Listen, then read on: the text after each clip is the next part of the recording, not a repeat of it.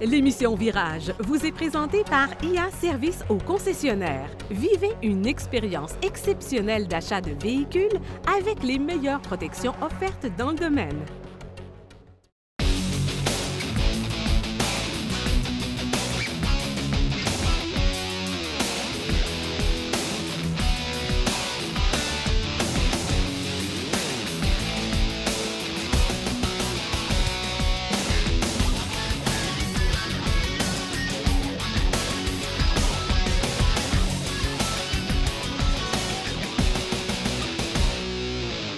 Bienvenue à Virage. Aujourd'hui à l'émission, nous allons vous parler dans un instant du nouveau Subaru Ascend 2023. On va aussi vous présenter la sportive Hyundai Elantra N. On va avoir M. Charles Drouin de la Corporation Mobiliste pour parler du Salon de l'Auto de Québec. D'ailleurs, à la fin de l'émission, je vais donner la dernière liste de noms des gagnants d'une paire de billets pour le Salon de l'Auto de Québec. Et nous allons répondre à vos questions. Pour nous envoyer vos questions et commentaires, 670-9078, poste 230, ou encore virage@telemac.tv ou via notre Facebook. C'est les façons de le faire. Et nous avons aussi les nouvelles de l'industrie avec Marc Bouchard parce qu'il est de retour. Salut Marc, salut Jacques, ça va bien? Oui, merci. Oui? Oui, très bien. En forme? Oui. Bon, beaucoup de choses à l'émission aujourd'hui, messieurs. Bien sûr, on va commencer avec le Subaru Ascend. Subaru, un jour, ont eu l'idée de dire, nous, on fait de bons véhicules 4 roues motrices, mais on n'a pas de vrai sport utilitaire dans le sens de sport utilitaire et on va en faire un parce qu'on a la mécanique, on a le savoir-faire en créant un vrai sport utilitaire. Puisque c'est la mode, ça va être le succès instantané. Ça ne s'est pas passé tout à fait comme ça, messieurs. Hey, je trouve que tu as la définition sport utilitaire assez large aussi, je te dirais, quand tu parles du Ascend. Pour moi, c'est plus un véhicule familial qu'un sport utilitaire. On n'est pas dans des capacités... Écoute, on connaît tous la qualité de la transmission intégrale de Subaru. On sait que c'est très efficace. Mais est-ce qu'on peut vraiment dire que, d'abord... Il y a 3 éléments, là. Tu as le véhicule, ça va, on s'entend. Sport avec un Ascend, on repassera. Utilitaire, oui, il y a 3 rangées, mais au-delà de ça, capacité de remorquage, capacité hors route et tout ça, c'est assez limité. Donc, je ne sais pas jusqu'à quel point on n'a pas trop voulu mélanger les genres, justement, en oui, utilitaire, oui, 3 rangées, 19 porte-gobelets, tout le monde est content. Je ne sais pas trop où il se situe, ce véhicule-là. Bien, chez Subaru, d'abord, on avait une chose qu'on a ratée là, dans la première génération, c'est le design, surtout de la partie avant. Donc, en 2023, on a refait une mise à jour, on a redessiné toute la partie avant, on a redessiné les lumières, la calandre, on a mis ça un peu plus au goût du jour. Donc, je pense que là, il va attirer un peu plus de gens. Le reste du véhicule reste à peu près pareil. On a changé un petit peu, évidemment, l'arrière. L'intérieur, on n'a pas modifié grand-chose non plus. Mais je pense que le côté esthétique, c'était la façon de faire. L'écran, comme les autres, là, maintenant, on est rendu avec à peu près le même intérieur que le reste de la gamme et des Outback. Ça va. Le confort est là. Lorsque tu parles de pas-sport, il n'y a aucune conduite sportive sur ce véhicule-là. C'est un doux, confortable. On fait de la route. Ça va bien. 260 chevaux pour son moteur, qu'on a une seule motorisation, une seule transmission pour toutes les versions, qui commence à 43 000 jusqu'à 53 000. Donc, on a quand même une large gamme pour même mécanique, là. Donc, c'est seulement de l'équipement qu'on ajoute. Puis la version de base arrive aussi quand même bien équipée. Donc, on a tout en place. Il nous manquait un peu de punch qu'on a ajouté. Mais je pense que c'est un véhicule de transition là, qui va arriver vers quelque chose d'autre. Mais la prémisse n'était pas fausse. Je pense que chez Subaru, on s'est dit on avait tout. Pourquoi pas rendre ça dans un genre de sport utilitaire pour avoir le succès? Puis on dirait que les gens n'ont pas embarqué. Ils n'ont pas embarqué certains parce qu'il s'en est vendu au Canada autour de 900, c'est-à-dire au Québec autour de 900. Au Canada, on parle peut-être de 3000 véhicules qui s'est vendus. Alors, c'est très, très loin de ce qu'il devait penser, selon moi. Au niveau de la dimension du véhicule, comme tu disais, la dimension est pas mal. Mécanique, moi, je peux dire, si ce n'était pas de la transmission en courroie, au niveau du moteur, 260 chevaux, ça serait amplement. Transmission en courroie, il faut y faire attention parce que c'est à remorquer, parce que tu achètes un véhicule comme ça, c'est pas juste promener des enfants, là, parce que la troisième rangée de sièges, c'est des enfants tout simplement qui peuvent embarquer là. Il n'y a pas d'espace, vraiment, là-dedans. Mais dès qu'on va attacher quelque chose en arrière pour le remorquer, que ce soit une petite roulotte, que ce soit des autoneige ou des sidous ou bateaux, etc., on dit, moi, je ne sais pas, j'ai lu à quelque part 5000 livres de remorquage. C'est ce qu'on nous dit, oui. Oui. Il me semble que c'est beaucoup. J'ai été dernièrement chez Safari Condo, puis il y avait des Américains du Colorado qui partaient avec une roulotte et il y avait un assent pour remorquer leur véhicule. Bien, eux autres ont vu quelque chose que moi, je n'ai pas vu, là. Mais ça fait... Quand tu vois ça tout attaché ensemble, ça fait une belle unité de véhicule.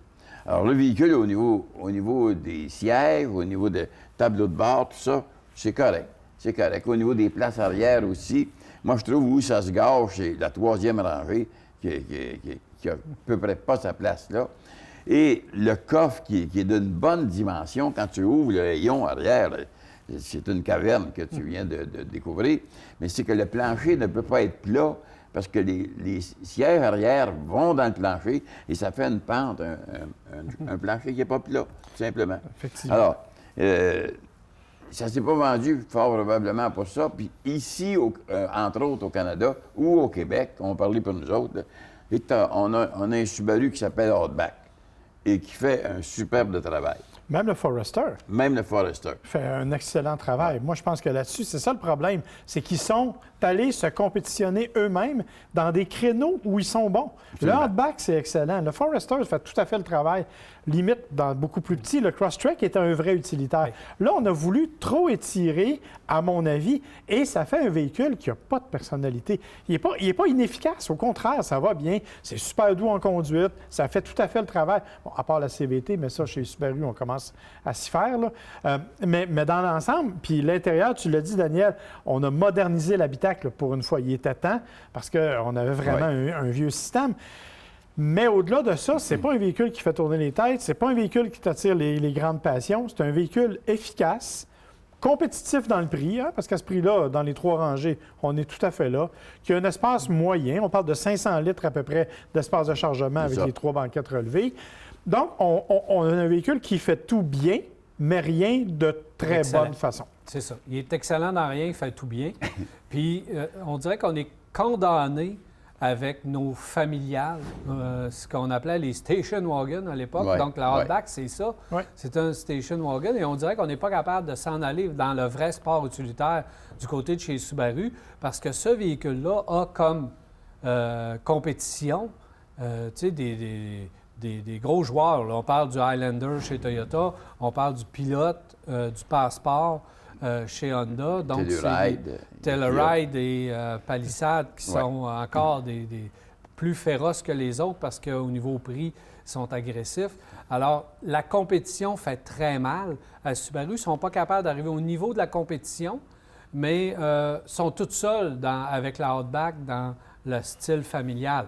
Fait qu'ils n'ont pas de compétition directe dans ces véhicules-là. C'est pour ça qu'ils excellent là. Mais quand vient le temps d'aller dans le cours des grands, on offre un véhicule qui est correct, mais on dirait que les acheteurs de Subaru eux-mêmes, parce que ça s'adresse aux acheteurs de Subaru, ça ne s'adresse pas aux acheteurs de Highlander, ces gens-là ne sont pas capables de passer du Outback au Ascent. Parce que quand tu as goûté au Outback, ça fait le travail, puis ils ne voient pas la nécessité de passer dans un Ascent ou d'avoir un 7 passagers. Alors, on garde ce véhicule-là pour les quelques clients qui veulent vraiment avoir plus d'espace, mais on ne se rend pas à la compétition parce que dans la conduite, il va bien sur la route, tout ça, mais ce n'est pas à précision de conduite. Ça n'a rien à voir avec un Highlander ou un Pilote, par exemple, ou un Telluride. Mais c'est un véhicule qui, au niveau de suspension, qui est plutôt molle. Ouais. Alors, ça peut pas avoir une tenue de route extraordinaire. C'est très doux à rouler, mais tu vas sentir effectivement très facilement le vent et ces choses-là. C'est un véhicule qui est lourd aussi, tu ressens lourd quand tu le conduis. Ouais. Mais j'aime les améliorations qu'ils ont apportées. Ouais. J'aime le comportement du véhicule, son niveau d'insonorisation sur la route. Pour rouler, tu fais du Québec-Montréal avec ça, tu arrives, tu n'es même pas fatigué. Les sièges sont un bon support, c'est confortable. Il y a de la technologie à pu finir qui est assez efficace dans le véhicule. Le système d'exploitation, moi, je n'ai pas de problème avec. Je le trouve quand même assez facile d'y aller, sauf qu'il est lent le matin quand tu démarres le véhicule. Il prend du temps à se réchauffer. Il est lent le matin, puis mais le moteur... une fois que tu es décollé, ça va bien. Puis le moteur est bruyant le matin, lui, quand il part au frais. Ça, c'est les moteurs à plat. Oui, c'est ça. Tous les moteurs à plat. Et on a gardé des boutons physiques pour différentes commandes, ce qui fait en sorte que ça nous facilite la vie. Donc, moi, je le recommande. Je le recommande sans problème, la Ascent, si c'est ça que vous voulez. Lorsqu'on le compare avec la compétition, il est un petit peu en retard. Moi, je te dirais qu'on ne peut pas ne pas le recommander. La question, c'est est-ce que ce serait un premier choix? Pas sûr. C'est ça la question. C'est un véhicule qui a un réservoir de 73 litres. Alors, c'est un véhicule qui roule à 12 litres à peu près au 100 pour être dans la moyenne. Voilà, merci beaucoup, messieurs. Merci. Alors, voilà, on fera une pause à virage et on vous revient rester avec nous. CarExpert, l'expert carrossier, vous a présenté cet essai routier. CarExpert à la fine pointe de la carrosserie.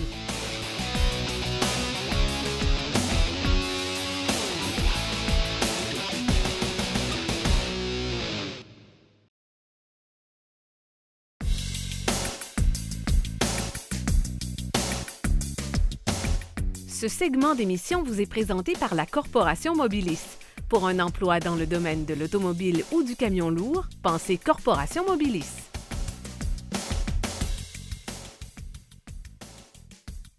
Voilà de retour. Je suis maintenant en compagnie de Charles Drouin, chef de la direction à la Corporation Mobilis et aussi du Salon de l'Auto de Québec. Salut Charles. Salut. Ça va bien? Très bien, merci. Bienvenue à Virage. On va, Charles, parler du Salon de l'Auto qui est enfin de retour en force plus que jamais, je devrais dire même. Juste avant de parler vraiment du salon en tant que tel, il faut rappeler les dates et l'endroit où il y a lieu. Les dates, c'est du 7 au 12 mars prochain, centre de foire d'Expo-Cité. Voilà pour les dates. Charles, évidemment, un salon de l'auto, c'est pas évident. C'est un long processus. On sait que, bon, dans les dernières années, ça a été un peu plus difficile. Parle-moi du processus qui t'a amené justement au fait d'avoir le salon de l'auto. Bien, enfin, tu l'as dit, c'est un salon présentiel après 2 ans d'absence, après 2 ans de virtuel. À Québec, la Corporation Mobilis, on a la chance, le privilège d'être très près de nos concessionnaires automobiles. Et nos concessionnaires, évidemment, croient au salon et comprennent également l'importance d'avoir un salon de l'auto comme outil de rayonnement, comme bougie d'allumage, on le dit souvent, de la saison des ventes automobiles au printemps. Donc, ça a été une collaboration des concessionnaires et des manufacturiers, et bien évidemment avec toute l'équipe de la Corporation Mobilis. Parce qu'il faut savoir, si tu me permets, il y avait 6 salons de l'auto par le passé au Canada, et malheureusement, pour 2023, les 3 salons de l'Ouest n'auront pas lieu. Donc, on voit que la tendance est à la baisse pour les salons, mais nous, à Québec, on est chanceux, vraiment chanceux, parce que vous avez réussi, je ne sais pas par quelle force, mais vous avez réussi à avoir plusieurs marques, donc peut-être celui qui a le plus de marques au Canada. Effectivement, ça va être le salon à présenter le plus de diversité, le plus de marques, près d'une trentaine de marques qui vont être présentes sur le plancher. Et tout ça grâce justement à la collaboration des concessionnaires et des manufacturiers. Donc, ce qu'il faut comprendre, certains exposants vont être le manufacturier à 100 %, certains concessionnaires, et d'autres, c'est un mix, donc de concessionnaires, support manufacturier. Mais au bout de la ligne, il reste que le client va avoir toutes les marques sur place ou presque, donc va pouvoir admirer les véhicules qu'il veut.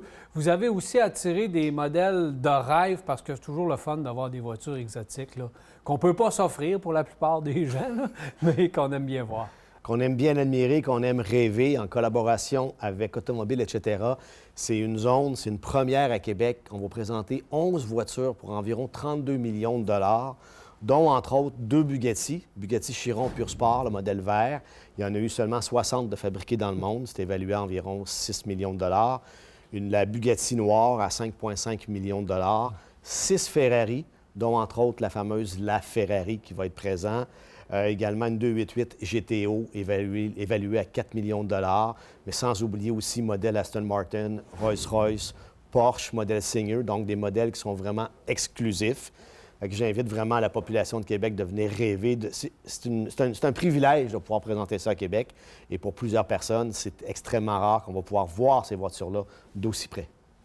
Il y a plusieurs zones, plusieurs attractions au Salon de l'Auto. Vous vous occupez de la famille beaucoup, puis ça va être de retour cette année. Absolument. Pour nous, à Québec, c'est très important, la famille. On se positionne toujours comme l'événement familial de la semaine de relâche. Donc, entre autres, au deuxième étage du centre de foire, le retour de la zone familiale Toyota, collaboration 1000 pattes. Ça, c'est 10 000 pieds carrés d'activités, de jeux gonflables, d'amusement, jeux d'adresse. C'est gratuit à l'achat d'un billet. On ramène également la halte garderie. Donc, les parents qui désirent magasiner en tranquillité, les enfants peuvent s'amuser durant une période de 2 heures dans la zone de jeux gonflables. Bien évidemment aussi la journée familiale, le dimanche. Cette année, la journée familiale, c'est la journée Benny & Co. Donc, les enfants accompagnés d'adultes rentrent gratuitement dimanche, entre 10h et 15h. Les 100 premiers enfants à rentrer au Salon de l'Auto vont obtenir les cornets de bonbons. Et sur place, on maquillage, tatou, mascotte, donc la Patte Patrouille, Mario Bros. Tout y est vraiment là, pour plaire à la famille.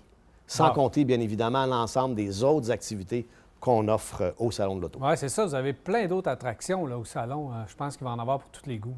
Il y en a vraiment pour tous les goûts. Cette année, le Salon a lieu à 100 dans le centre de foire.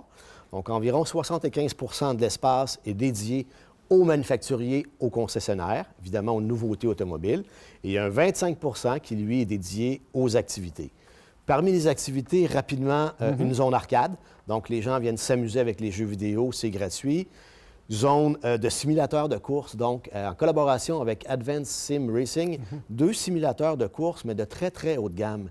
C'est des simulateurs, ça, que les pilotes de course professionnels utilisent lorsqu'ils ne sont pas sur la piste, dont des gens comme Lance Stroll vont s'entraîner là-dessus. Ça va être gratuit, on s'inscrit via un code QR et pendant, je dirais, une dizaine de minutes, on peut rêver qu'on est un pilote de F1. Cette année, c'est notre 40e anniversaire. Donc, une zone années 80.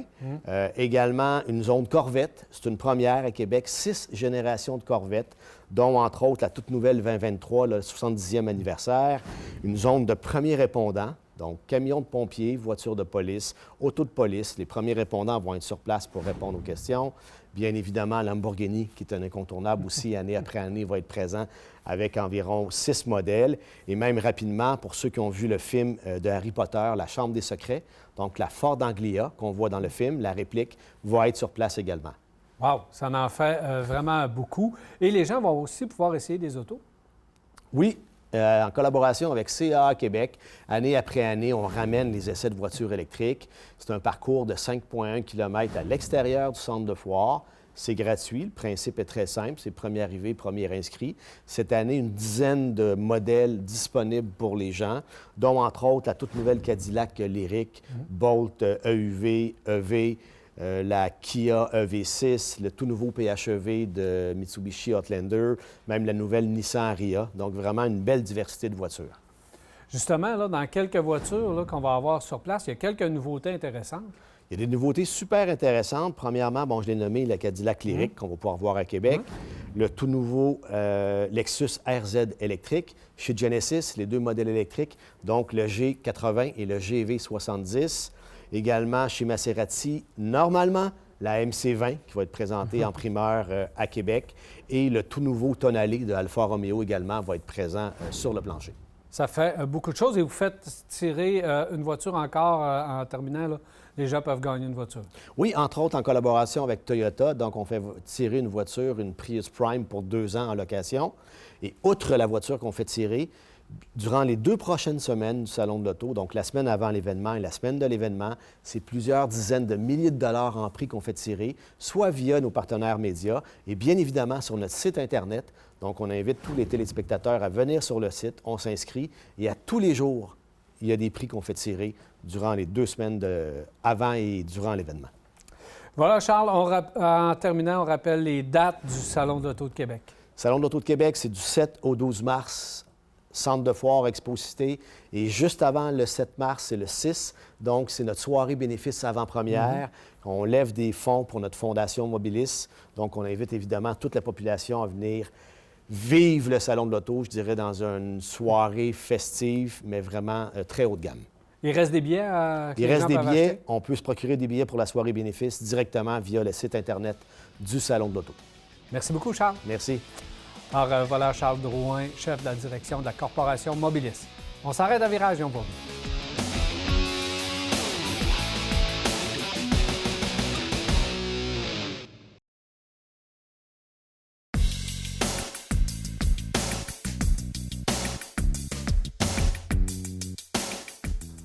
Nous sommes de retour et c'est maintenant le temps des nouvelles avec Marc Bouchard. Alors, Marc, plusieurs nouvelles. On commence immédiatement avec quoi? Bien, avec GM, en fait, qui a quand même pas mal de nouveautés au cours des derniers jours, dernières semaines.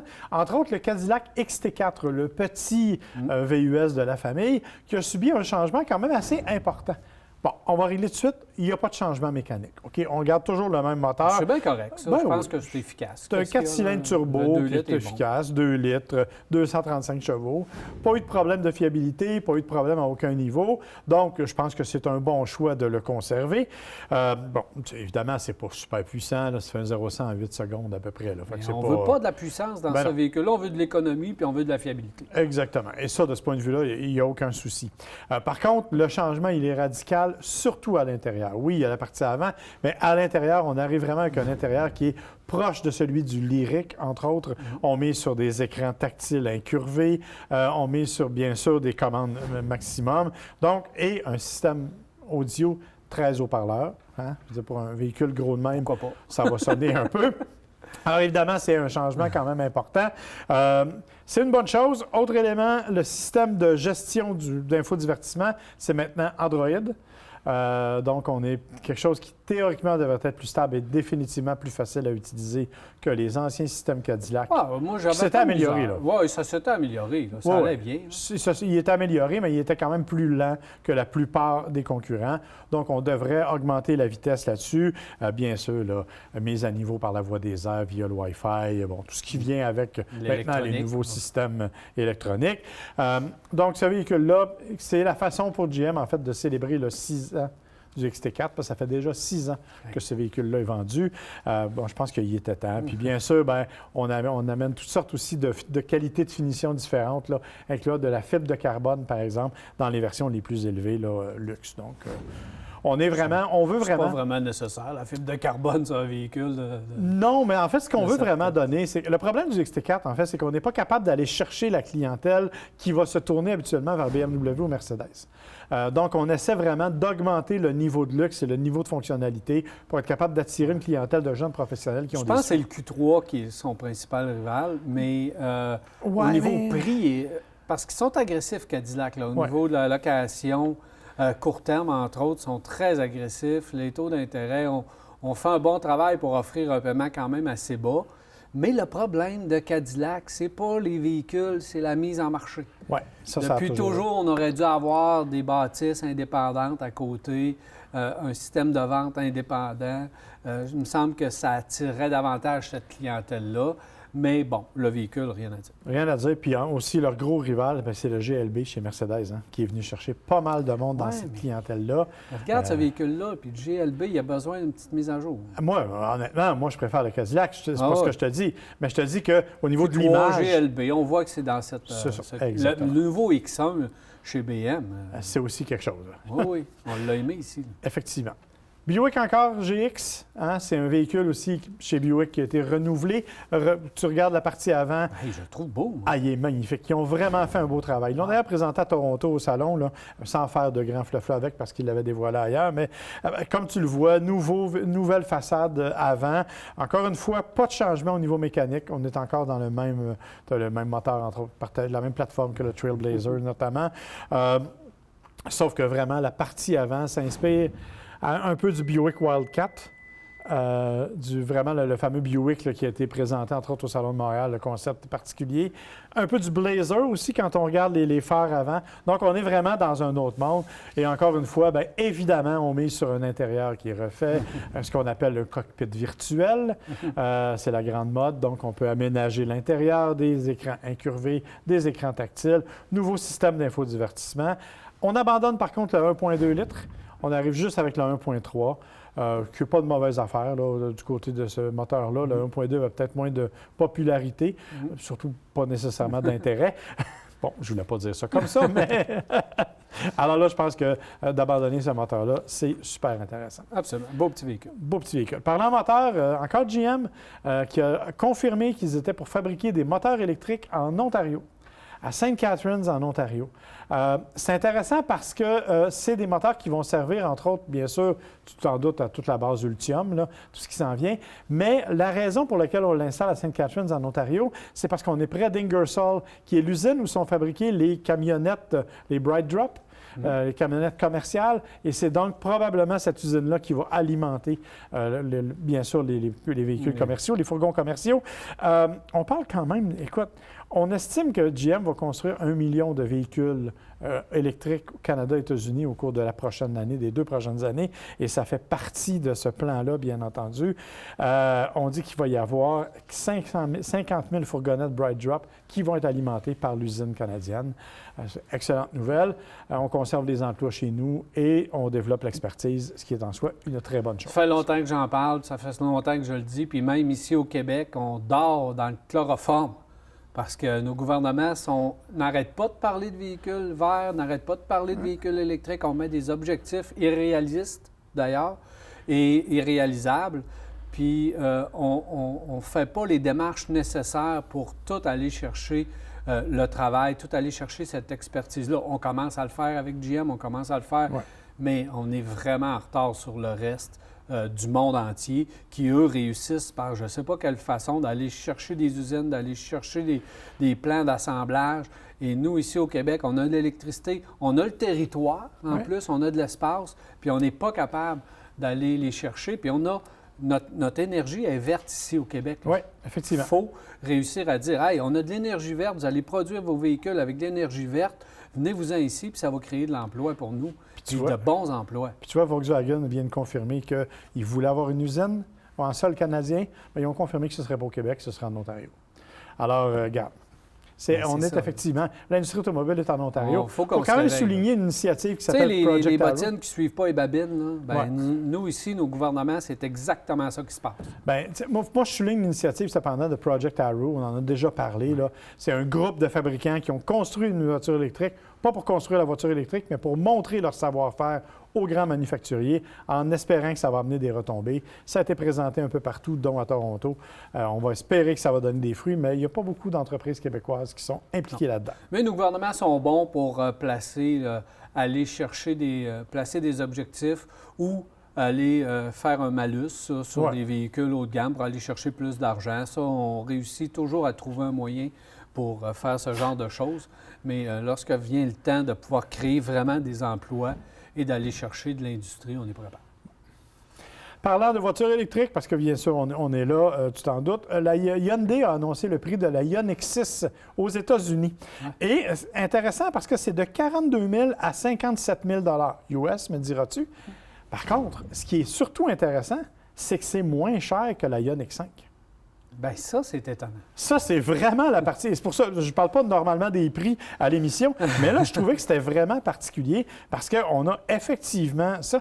Et on a sorti une version dont on n'avait pas entendu parler, qui est monomoteur, avec un petit moteur électrique de 149 chevaux, 380 km d'autonomie, donc une batterie encore plus petite, 53 kWh, qui est évidemment beaucoup plus abordable là, en termes de prix. Ça non plus, on ne l'avait pas vu venir parce que ça ne fait pas partie du catalogue nulle part. Alors, j'ai bien hâte de voir ce qu'on va faire chez nous. On s'en va essayer la Ioniq 6 dans quelques semaines. J'ai hâte de voir... Les prix devraient être annoncés et donc ça veut dire qu'on va être en bas du 44 000. Ça devrait. Donc, on va être dans les prix pour le maximum qu'on a. Oui, exactement. C'est ça que ça veut dire, là. Pour un véhicule qui offre beaucoup d'espace, et je le répète, bien sûr, tu vas me dire que c'est dans les versions les plus sophistiquées, mais 581 km d'autonomie. Qui ne devrait pas dépasser 54 000 si on se fait au prix. Exactement. Donc, j'ai hâte de voir ce que ça va donner. C'est assez particulier, effectivement. Une petite nouvelle amusante en poursuivant. Je ne sais pas si toi, tu aimes les plaques personnalisées. Pas vraiment. Bien, il y en a que je trouve drôles de temps en temps, par exemple. Mais il y en a, écoute, imagine-toi, il y en a 60 000 en circulation au Québec actuellement, à coût de 237 chacune. Ça veut dire 14,5 millions de dollars qui ont été rapportés à l'État avec ce genre de plaques-là. Mais il faut faire attention, c'est pas n'importe quoi qui est accepté. Bon, il y en a une série qui ont été refusées. On parle d'à peu près 3 des demandes qui sont refusées par année. 2725 ont été refusées en 2022. Est-ce qu'on a des exemples? Oui, bien, il y en a que je ne peux pas nommer en ondes OK. parce que la bienséance ne me permet pas de faire ça. On s'imagine vers où ça va. Il y en a quand même que, bon, T-Show, TCHAUD, hein, XXX Mademoiselle, Bon. Porno, bien sûr, et Pornvan, probablement sur une Dodge Caravan. Bref, on a ce type-là. Je vous invite à aller consulter le site. C'est un site anglais, c'est driving.ca, mais c'est un article en français. On a listé la totalité des noms qui ont été refusés. Vous allez peut-être être surpris de l'imagination particulière de certains conducteurs. Marque B, c'est correct, ça? Ça, c'est beau, ça, c'est beau. En fait, ce qu'on dit, par contre, c'est que la plupart de ces refus-là, c'est pas uniquement parce que les noms sont pas valides, c'est parce qu'ils ont déjà été utilisés sur d'autres, par d'autres automobilistes, mais à 237 $, je sais pas, il me semble, il y a des affaires que je ne mettrais pas sur ma voiture. Moi, c'est... Absolument. Puis si tu le regrettes, ça te coûte un autre 200 quelques dollars pour changer le nom. Exactement. En tout cas, regarde, on pourrait s'en faire virage. Hein? Virage 1, virage 2. Virage 3. T'aimes pas mieux marque B? Je suis un peu trop modeste pour ça. Merci, Marc. Ça fait plaisir. Alors voilà, on s'arrête à virage et on va revenir rester avec vous.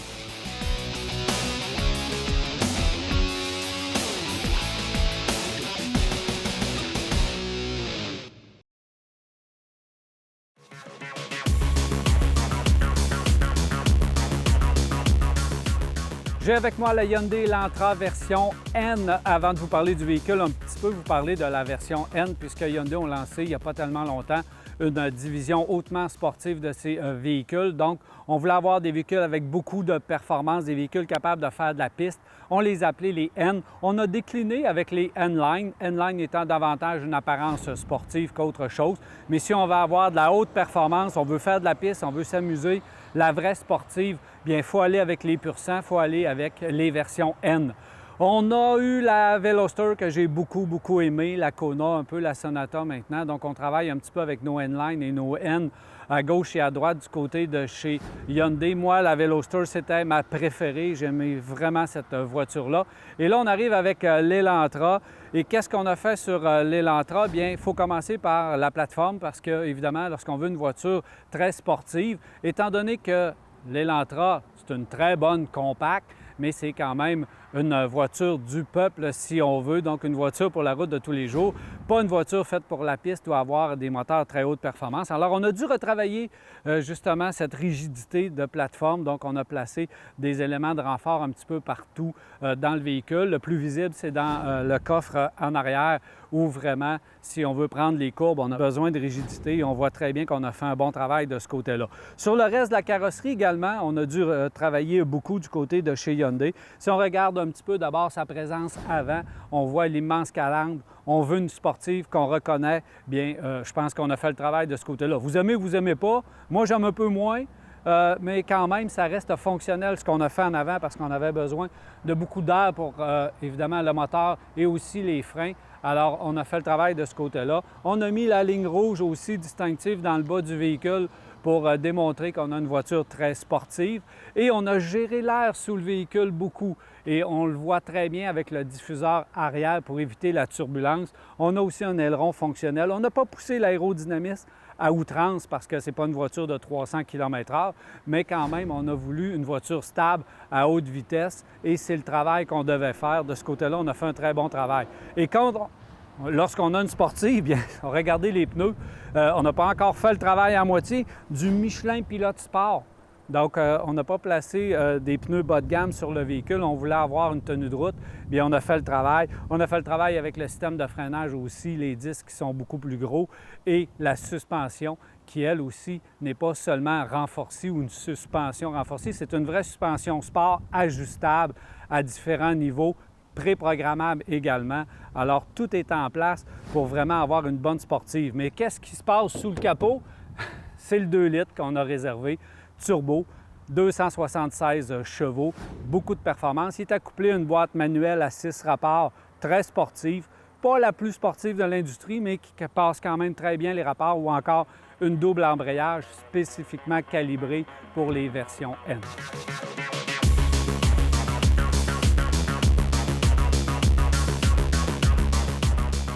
À l'intérieur de l'Elantra N, plusieurs différences avec l'Elantra régulière, vous l'aurez deviné. On commence avec les sièges, des sièges qui sont de type Recaro. Donc, c'est des sièges sport, de vrais sièges sport, parce que lorsqu'on les voit, on a fait « Wow! Est-ce que ça va être confortable? » Lorsqu'on s'assoit dans le siège, on prend place et on reste en place. On veut du maintien. Si on brasse un petit peu le véhicule, on reste en place. Moi, j'adore. C'est des sièges qui me font rappeler un petit peu les voitures hautement sportives du côté de chez Acura. C'est eux qui sont arrivés avec ce type de siège-là, surtout au niveau des épaules. Je suis très confortable. Bref, on reste en place. Ça, c'est un très bon point. Autre bon point, bien, c'est l'aménagement général du véhicule. Vous l'aurez deviné du côté de chez Elantra. On a fait un très beau travail pour bien aménager le véhicule. On a aussi une poignée de maintien pour le passager. Si on va un petit peu trop vite dans une courbe, bien, on a une belle poignée ici pour ce maintien. Et ça rappelle un peu du côté de chez Corvette. Hein? Je ne sais pas si vous voyez le design ou ce qu'on a les boutons ici du côté de chez Corvette. Je pense que c'est un petit clin d'œil, mais c'est un beau clin d'œil du côté de chez Hyundai qu'on a pu faire. Si on regarde le volant également, plusieurs choses à retenir sur le volant. Première chose qui saute aux yeux, c'est les boutons bleus, bouton N. Cette voiture nous permet d'être confortable et d'avoir une voiture de tous les jours, une Elantra pratiquement normale. Dès qu'on appuie sur le bouton bleu, paf! Là, on a un monstre, on a une voiture super sport dans les mains, on a la pleine puissance qui est disponible et là, on peut s'amuser. Mais on n'est pas resté là, on est allé encore plus loin parce que ces paramètres-là, N, sont configurables. Donc, on peut configurer la résistance de la direction, de la suspension et même de l'échappement aussi. Donc, ça, c'est pas peu dire parce qu'on a un super beau son à l'intérieur. Je pense que vous allez tous mettre l'échappement au maximum parce que le son est vraiment incroyable.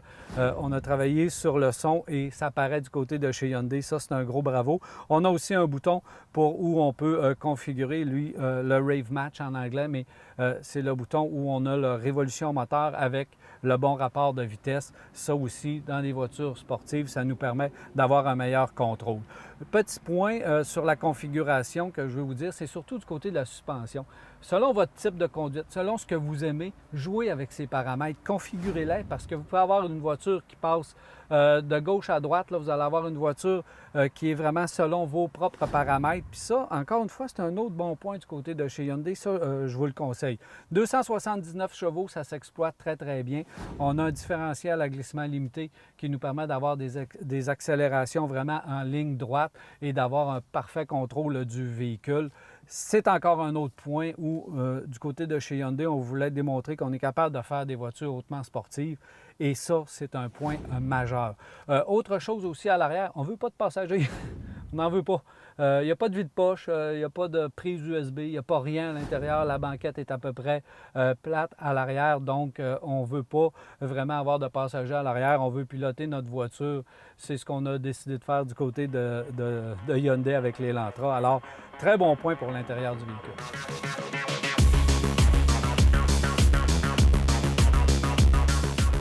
Comme vous le voyez, Hyundai ont fait tout un travail avec l'Elantra N, mais ça n'a pas commencé avec l'Elantra N ni avec la Veloster.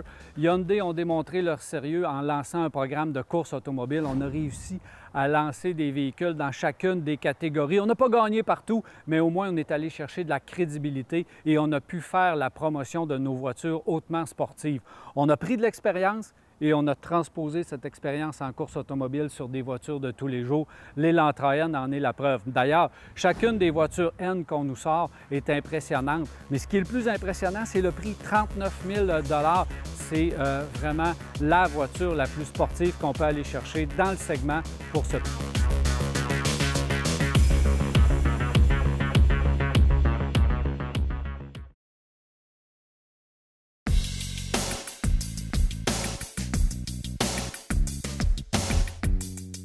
Nous sommes de retour à Virage 670-9078, poste 230 ou encore virage à telemac.tv ou via notre Facebook. C'est les façons de nous poser vos questions et commentaires. Dernière liste de billets gagnants. Des billets, d'une paire de billets pour le Salon de l'Auto de Québec, on va y arriver. David Franqueur, Jean Paradis, Éric Bussière, Marc Guérard, Germain Hudon, Pascal Desrosiers, Francine Gauvin, qui me mentionnait qu'il n'y avait pas beaucoup de femmes gagnantes d'ailleurs, alors bravo Francine, Marc Véraud, Georges Lebel, Denis Fecteau, Léo Boutette et Jean Boutette. Donc, 2 gagnants, je pense que ça doit être des frères, donc vous allez pouvoir aller au Salon de l'Auto ensemble. Très bien pour vous. Alors, vous venez vous procurer vos billets ici même à Télémac durant les heures normales de bureau. Alors, voilà, messieurs. Question, c'est il y a combien de femmes qui participent au tirage? Ouais, c'est ça. En pourcentage, c'est à peu près égal entre les gars et les filles pour ce qui est des gagnants. Alors, on y va avec les questions. Monsieur Germain, lui, nous demande un F-150 en aluminium. J'aime beaucoup. Je cherche un 2015. Pensez-vous que c'est un bon achat, que c'est durable et quel moteur je devrais choisir? Donc, 2015 étant la première année, je crois, de l'arrivée de l'aluminium sur le F-150. Quand on va chercher un camion, c'est probablement l'année. Si on a le choix entre un 2014 et un 2015, on prend le 2015, Absolument. on s'entend. Absolument. Puis moi, j'irais avec le 5 litres. Bon, c'est un moteur pas de trouble. Hein? Le 5 litres, c'est celui qui est là depuis toujours et qui est résistant, puis il n'y a pas de souci. Plus facile à entretenir aussi, le 5 litres, que les petits moteurs turbo qui ont peut-être souffert un peu plus au cours des années. Et clairement, l'aluminium, c'est un excellent choix. Vraiment, on constate là, une baisse de la corrosion de façon marquée pour les véhicules en aluminium. Puis on avait peur à un moment donné que ça coûte une fortune à réparer. Les assureurs qui ont dit « Ah, ça va coûter plus cher ». Finalement, c'est pas du tout le cas. Là. Ça n'a pas été une catastrophe. Et la peinture semble bien tenir sur alors que ceux qui sont en acier, on regarde ça, là, tout le bas, la peinture est partie, ça n'a pas été là. L'usure des bas de caisse, ça fait 8 ans maintenant que Ford utilise l'aluminium sur son F-150. On sait qu'on se souvient par le passé, là, on voyait de la rouille sur la boîte, on voyait de la rouille dans les coins, ou ce qui est de la cabine. Là, chacun des coins en arrière, ça commençait à rouiller. Les bas de caisse aussi qui étaient très fragiles. Donc là, on entre dans une période où on va pouvoir vraiment voir que Ford et constater que Ford a fait une très bonne affaire avec l'aluminium. Et là, ils vont se démarquer. Les véhicules plus vieux sur la route, c'est que tu regardes un GM, un Ram, et là, tu vas voir le F-150. Je pense que les véhicules vont garder beaucoup de valeur dans les années à venir. Parce que tu vas avoir des F-150 de 10 ans, 12 ans, qui ont encore l'air neufs à l'extérieur. Puis les autres vont être vraiment défraîchis. Justement. Donc, les F-150 vont se mettre un petit peu plus en haut et ça va devenir les véhicules les plus recommandés dans les camions qui ont plus d'âge. Absolument. Puis en plus, tu as juste la mécanique à entretenir. Ça fait que ceux qui vont entretenir leur mécanique vont pouvoir garder leur véhicule plus longtemps. Donc, c'est un bon coup de la part de Ford. Tout à fait, tout à fait. Polestar 2022 ou 2023 qui va être en propulsion, qui va être traction, non, qui va être propulsion au lieu d'être traction. Oui. Donc, on change un petit peu de philosophie du côté de Polestar. Ces gens qui disaient, moi, je regarde ça, est-ce que oui ou non, je devrais changer pour un autre véhicule parce que propulsion, pour nous au Québec, c'est peut-être pas l'idéal. Ben, moi, j'irais avec une traction. Avoir le choix, j'ai entendu que ça va coûter quoi, 3 000 $ de plus pour avoir une traction intégrale. C'est le véhicule à avoir. Qu'on le veuille ou pas, Québec, région, tout ça, on a de la neige et on a de la glace. Et tu veux sortir d'une entrée ou quelque chose du genre, là, on a vu ça les dernières semaines, les gens stationnés sur les bancs de neige complètement, les 4 roues dans les airs, tu sais. C'est bien que ça n'aurait pas fait bien de quoi, là. Mais ça prend une bonne pelle. Il faut quand même faire attention. Il y a une nuance à apporter quand même pour les véhicules électriques qui sont tellement plus lourds. Justement. C'est vrai que ça a moins d'impact. Tu sais, dans le temps où on avait une propulsion avec le gros moteur pesant en avant, c'est vrai qu'on avait tendance à valser un peu. C'est beaucoup moins vrai avec les voitures électriques, dont l'équilibre, le centre de gravité est beaucoup plus bas. Il y a une lourdeur à la grandeur du châssis. Ouais. Donc, évidemment, la réaction n'est pas la même. C'est sûr que le rouage intégral est toujours préférable en hiver, là, mais la propulsion, c'est un petit plaisir de conduite quand même, qui est un peu différent. Via le téléphone, il y a quelqu'un qui nous suggère une stratégie que j'ai bien aimée. Il dit, écoutez, il nous reste à peu près une dizaine d'années, 12 ans avant la loi sur les véhicules électriques en 2035 si ça ne change pas. Fait qu'il dit, vous devriez informer les téléspectateurs sur le fait qu'on peut faire une stratégie intéressante, c'est-à-dire dans 1 an ou 2, acheter une voiture à essence pour les gens qui veulent continuer d'avoir une voiture à essence, la garder une dizaine d'années qui nous amène à 2034 environ, se racheter une nouvelle voiture qu'on peut garder 10-12 ans. Donc, on pourrait s'assurer d'avoir une voiture à essence jusqu'en 2045-46 selon ce qu'on souhaite et si on l'entretient bien. Donc, il dit que commencerait à être le temps de penser stratégie pour avoir une voiture à essence plus longtemps. La question, cependant, ça va être en 2034. Combien de voitures à essence vont encore être en vente? C'est justement. Parce que de plus en plus, les compagnies nous annoncent que pour 2028-2030, ils vont passer à la totalité électrique ou électrifiée. Ça va être difficile d'en trouver rendu à ce moment-là des neuves des 2034. Électrifié, c'est ça que tu as dit, évidemment. C'est le mot important. En 2034, ça va... Si elle n'est pas électrifiée, branchable, ils vont au moins avoir un hybride léger. C'est sûr. Rapidement, messieurs, Toyota Sienna commandé en 2021, toujours pas reçu. Oui. Hey, ça fait longtemps. Fait que là, il dit, je ne l'ai pas reçu. Je suis inquiet pour le prix du véhicule que je vais recevoir en 2023. Je suis inquiet pour mon prix de véhicule d'échange et pour le taux d'intérêt, évidemment. Ouais. Vous avez tout à fait raison d'être inquiet pour ces 3 facteurs-là. Mais moi, j'ai discuté avec les gens de Toyota, j'ai discuté avec des concessionnaires Toyota. Ils ont 0 allocation. Ils ont une moyenne de 24 à 30 mois minimum de retard pour les Sienna. Et c'est pas mieux pour les autres véhicules. Incroyable. Ouais. C'est pareil partout. Il y a des véhicules qui sont tellement difficiles à avoir. Et les gens nous demandent continuellement qu'est-ce qu'on peut faire ou qu'est-ce qu'on peut raconter. Il n'y a rien à faire. Il faut aller s'entendre avec son concessionnaire. Vous devez aller chez le concessionnaire pour geler votre prix. Ça fait 2 ans. 2 ans. Ouais. Donc, à 2 ans, là, on dit, on en est où, là? Vous me donnez combien ma voiture d'échange? C'est quoi le taux d'intérêt? C'est quoi le prix du nouveau véhicule? Parce que là, si ça ne marche plus, vous devez canceller ou on doit geler le prix parce que ça ne peut pas durer pendant aussi longtemps que ça et arriver avec des écarts de prix qui n'ont plus de sens. Il y a Ford qui a un programme qui vous gèle le prix actuellement. Les autres refusent de le faire. Puis le problème, c'est qu'ils n'ont pas d'allocation. On parlait de quelqu'un qu'on connaît qui a commandé une Ioniq 5. Il est numéro 1 sur la liste, mais son concessionnaire y a écrit pour dire « Malheureusement, je n'ai pas d'allocation le premier trimestre. Tu vas être obligé d'attendre encore 6 mois. » C'est incroyable. On en reparle dans les prochaines émissions. Merci beaucoup, messieurs. Plaisir. Alors voilà, c'est déjà tout pour Virage. La semaine prochaine, une émission spéciale sur le Salon de l'Auto de Québec. J'espère que vous allez être avec nous. Il me reste qu'à vous souhaiter une agréable semaine et on se revoit la semaine prochaine. Cette émission vous a été présentée par IA Service aux concessionnaires. Trouvez la tranquillité d'esprit avec les meilleures protections offertes chez vos concessionnaires automobiles et de véhicules récréatifs. Et par les centres d'inspection technique CAA Québec.